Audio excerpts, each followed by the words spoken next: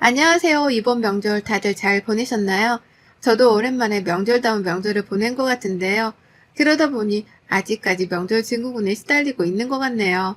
늘 청소하면서 라디오처럼 켜놓고 보던 사연 채널이었는데 제가 이렇게 사연의 주인공이 돼서 보낼 줄 몰랐네요. 저는 정말 올해 4월에 신부가 된 경기도 사는 30대입니다. 저와 남자친구는 대학교 CC로 만나서 결혼을 했어요. 결혼을 준비하면서도 진짜 힘들었는데 다들 어떻게 하신지 정말 존경스럽더라고요. 제가 사연을 보낸 이유는 다름이 아니고 저와 형님의 문제로 보내게 되었어요. 형님이라고 하면 굉장히 어려운 사람 중에 한 명이라고 생각했어요. 근데 또 어떻게 보면 같은 집에 며느리로 들어온 거니 동지에도 뿜뿜 생기겠다 싶었죠. 저희 남편은 형제 중에 차남입니다. 위로는 형이 있는데요. 저한테 아주버님이신데 아주버님은 남편과 나이차가 꽤 많이 나는 편이에요. 7살 정도 나이차가 있어서 그런가 저랑 연애 때도 형과 남편이 우애가 정말 좋아 제가 부러워했었거든요. 저는 남동생이 있는데 그렇게 사이가 좋지는 않거든요. 그러다 보니 형과 남편의 사이가 굉장히 부러웠어요. 그러다 저희가 결혼하기 전 한 2년 전쯤에 아주버님이 먼저 결혼하시고 저희가 2년 후에 했거든요. 근데 제가 성격이 굉장히 활발하고 그러다 보니까 누구랑도 잘 지내려고 하는 편이거든요. 다들 그렇잖아요. 또 가족이 된다고 생각하니까 저는 형님이랑 되게 잘 지내고 싶어서 결혼하기 전에 먼저 연락도 드리고 또 커피를 되게 좋아하신다고 해서 커피 쿠폰도 진짜 많이 보내드렸거든요. 남편이랑 형도 나이차가 많은데 저랑 형님도 나이차가 좀 있거든요. 근데 나이 차이도 있는데 형님은 저에 비해서는 굉장히 조용한 성격인데다가 조금 예민하시기는 하지만 남편네 집에 딸이 없어서 어머님 아버님이 굉장히 외로워하셨다고 해요.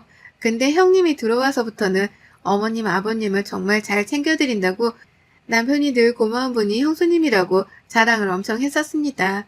그리고 저희는 순탄하게 결혼했어요. 원래 지금 시어머니랑은 연애 때부터 굉장히 잘 지낸 편이라 제가 남자친구였을 때 엄마 아빠라고 부르면서 엄청 자주 뵈러 갔었기 때문에 시어머님이 되셔도 늘 똑같은 마음으로 저를 많이 예뻐해 주셨거든요. 그래서 저랑도 사이가 굉장히 좋은데 어느 날부터인가 어머님께 전화드리면 맨날 한숨을 쉬시는 거예요. 그래서 이번에는 작정을 하고 제가 어머님께 또 한숨을 쉬시길래 여쭤보았죠. 어머님 무슨 일 혹시 있으세요? 라고 물어보니 어머님이 큰애 때문에 조금 힘들다고 하시는 거예요.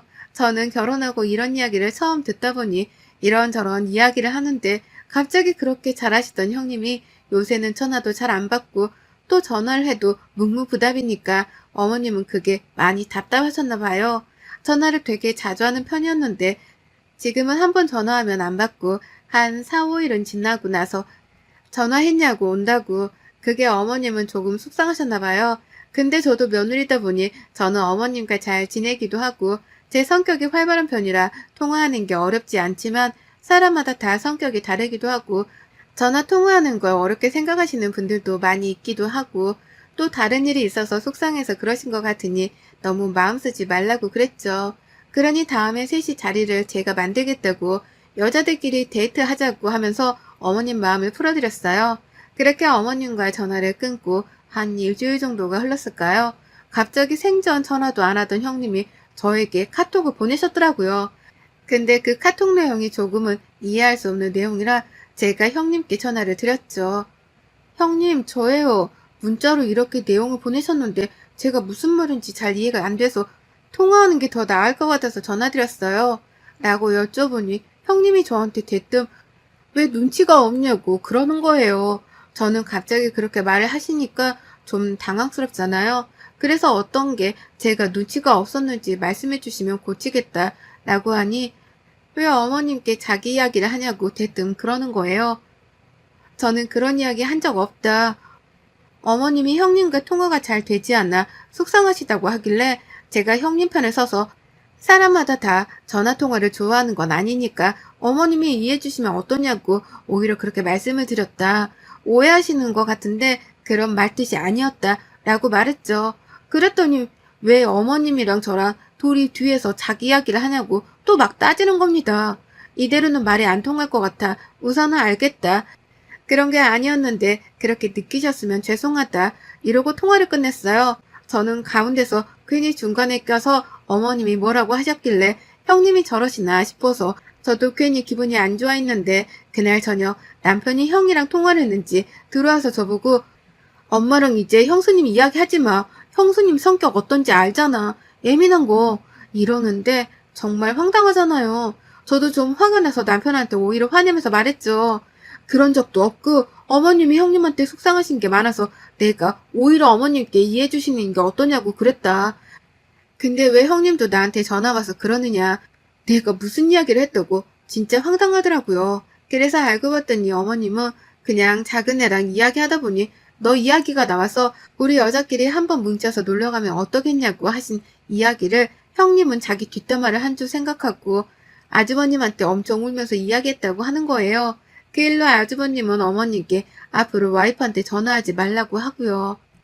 근데 참 사람이 말이 어다르고 아다르지만 어떻게 저렇게 받아들일 수 있는지 이해가 되지 않았지만 사람이 성격이 다 틀리니까 또 윗사람이니까 저도 이해하고 넘어가려고 했어요.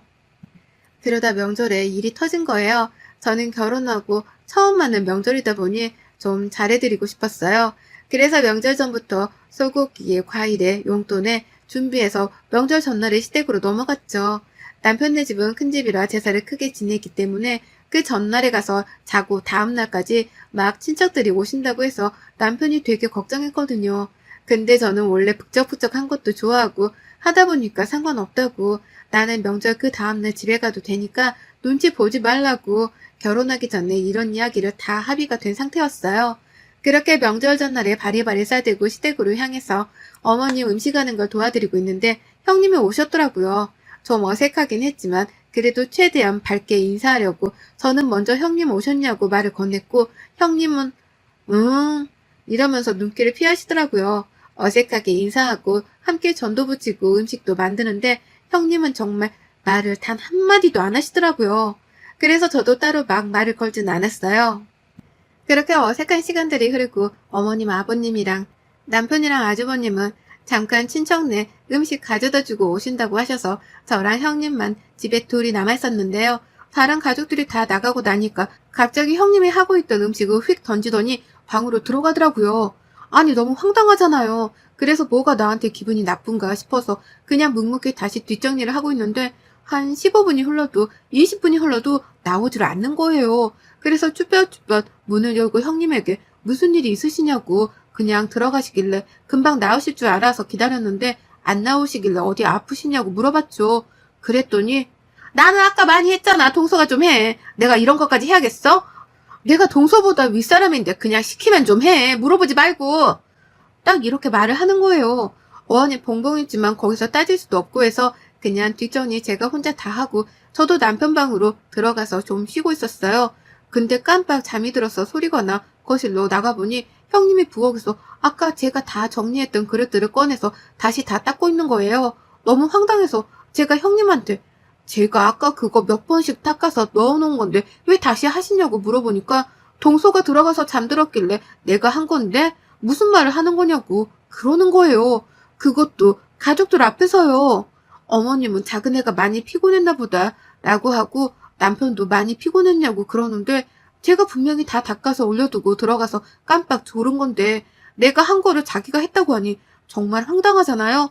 도대체 왜 저러나 싶어서 억울해하고 있는데 저보고 자기가 저녁할 테니 들어가서 쉬고 있으라고 하는데 저랑 아까 있었을 때랑 180도 달라진 모습이었어요. 너무 억울했지만 그냥 시댁에서 예쁨 받고 싶어서 저러시나 보다 하고 착한 내가 넘어가자 하면서 화를 참았죠. 근데 그 뒤로도 가족들 앞에서는 저한테 잘해주는 척하고 자기가 다 일하는 척 하다가 가족들이 잠깐 자리라도 비우면 일하던 거 딱 멈추고 다리 꼬고 그 자리에서 핸드폰 하거나 아예 일을 안 해요. 그러다 또 어머님이나 아버님 나오시면 다시 일하는 척 하고요. 속으로 진짜 형님 만만한 분이 아니구나 생각하고 있었는데 명절만 지나면 또 자주 보는 것도 아니니까 내가 참자. 그렇게 참을 일을 3번을 그리고 있었을 때 저랑 남편이 가지고 온 소고기를 보고 갑자기 이러는 거예요. 동서, 그거 고기 혹시 당근마켓에서 사온 거 아니야? 라고요. 너무 황당해서. 형님, 무슨 말씀이세요? 고기를 어떻게 당근마켓에서 사와요? 이거 남편이랑 저랑 백화점 가서 미리 사서 받은 거예요. 라고 했더니 자기가 그저께 당근마켓에 들어갔는데 저랑 똑같은 고기 세트를 엄청 저렴하게 팔고 있던데 상표도 똑같은 거 보니 동서가 사온 제품이랑 너무 똑같다면서 까르르 웃는 거예요. 근데 그 얘기를 저한테만 한 게 아니라 어머님, 아버님 옆에 다 계시는데 하니까 너무 얼굴이 화끈거리는 거예요. 진짜 정상적으로 구매해서 가지고 온 건데 저렇게 말하니 화도 나고 너무 얄미웠어요. 제가 정색하니까 장난친 건데 왜 이렇게 진지하게 받아들이냐면서 하는데 빨리 명절이 끝나기를 바랬죠. 그렇게 명절 당일이 되고 남편네가 큰집이라 친척들이 다 모이시느라 인사하고 상 차리고 정신이 없는데 이때도 형님은 일하다 어디 가고 일하다가 가족들만 안 보이면 다른 데 가 있고 오면 아버님, 어머님 보이면 열심히 일하는 척 하는 거예요. 몇 시간만 참자. 오늘 저녁에 집에 빨리 가자. 속으로 1000번 다짐했는데 낮에 와 있던 친척들이 가고 가족들은 친척들이랑 배웅하러 나가고 저는 잠깐 방에 들어가서 숨 좀 돌리는데 분명 형님은 부엌에도 없었는데 나가보니 제가 치운 그릇들을 또 다시 꺼내서 닦고 있는 거예요. 아니 진짜 못 참겠다 싶어서 제가 형님한테 아니 형님 제가 아까 이거 그릇 다 닦아서 올려둔 건데 어제도 그러시더니 왜 오늘도 또다시 꺼내서 그러시냐. 제가 분명히 몇 번 닦아서 넣어서 묻은 것도 없는데 라고 하니까 기름들이 너무 많이 묻어서 자기가 다시 하는 거래요. 근데 저도 여기서 화를 참지 못하겠어서 아니 말도 안 되는 소리를 하시는데 어제부터 어머님 아버님 계시면 일하는 척 하시다가 안 계시면 방에 들어가시고 핸드폰 하고 쉬시는 거 다 한다. 힘든 것 같아서 저도 말 안 했는데 이거 도가 좀 지나치는 것 같아 말씀드렸다 하니 정말 토씨 하나도 안 틀리고 저한테 오히려 당연히 동서가 해야 하는 거 아니야? 라는 거예요. 그래서 제가 왜 그게 당연한 거냐. 같이 시집와서 같이 해야 하는 게 맞지 않느냐 하니 자기가 윗사람이고 제가 아랫사람인데 나보다 동서가 더 일을 하는 게 맞는 거라면서 가정교육 잘못 받은 사람처럼 구는 게 짜증이 난다고 하네요. 형님 말에 너무 화가 나서 말 가려서 하라고 언성이 좀 높아지려 하는 찰나에 갑자기 형님이 눈물을 훌쩍하면서 우는 거예요. 당황해서 왜 우냐고. 그러니 뒤에 가족들이 와 있더라고요. 저는 윗사람한테 대드는 사람이 되어 있고 형님은 저한테 당하는 사람이 되어 있었어요. 어머님, 아버님은 저보고 방으로 들어오라고 하셔서 들어가서 한 소리 크게 먹었어요. 이뿐만이 아니라 시댁 친척들이 있는 곳에서 저에게 정말 아무렇지 않게 동서는 친정이 없지 않아? 더 있다가 가도 되지 뭐 이러더라고요. 저 결혼하기 전에 아빠가 지병으로 돌아가셔서 엄마랑 동생만 있는데 그걸 알고 저렇게 대놓고 말을 하더라고요. 그 말을 듣는 사람들은 저마다 저를 보고 안쓰럽다는 듯이 쳐다보는데 그 눈빛도 저는 못 견디기 싫은 거예요. 이렇게 지옥 같은 첫 명절이 지나가고 아무래도 안 될 것 같아 명절 다음날 형님한테 전화해서 둘만 보자고 했어요. 근처 카페에서 만나서 저한테 감정이 상하신 게 있냐, 그래서 이러시는 거냐 물어보니 나는 동서랑 잘 지내고 싶은데 동서가 너무 옆에서 얄밉게 행동해서 얄밉대요. 근데 제가 그렇게 하는 이유가 어머님 아버님한테 뭐라도 받아먹으려고 생각해서 그러는 것 같다는 거예요. 그 노인네들이 동서 들어오기 전에는 우리한테 다 퍼줄 것처럼 하더니 동서 들어오니까 아주 동서의 여우 같은 면에 빠져서 지금 받을 것도 못 받게 생겼는데 내가 제정신이겠어? 그러니까 좀 나대지 말지 그랬어. 저 결혼하기 전에 시댁에서 큰 아주버님한테 경기도 광명시에 아버님 명의로 사놓은 아파트가 있는데 거기가 재개발돼서 집값이 많이 올랐나 봐요. 그래서 그 집을 아주버님 앞으로 해주겠다고 하셨는데 그럼 증여세가 너무 많이 나와서 우선은 가지고 있다가 상황 봐서 돌려주신다고 하셨나 봐요. 근데 이제 제가 들어오니 둘째네도 뭐 해줘야 하는데 이런 이야기가 나오니 괜히 그 아파트 저희한테 뺏길까봐 견제하고 있었던 거더라고요. 그리고 지금까지 착한 척 했는데 제가 매번 어머님이랑 통화하니까 짜증나서 어머님 전화도 피하고 그런 거였더라고요. 결국에는 돈 때문이었다는 소리를 듣고 자리에서 벌떡 일어나 무작정 걸었어요. 그렇게 걷고 또 걸으니 이렇게 당하고만 있을 수는 없겠더라고요. 그래서 형님한테 전화해서 말했어요.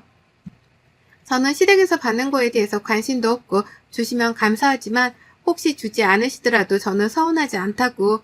당연히 남편이 장남도 아니고 차남이고 저희 남편보다 아주버님네를 더 생각하시더라도 전혀 서운하지 않다고요.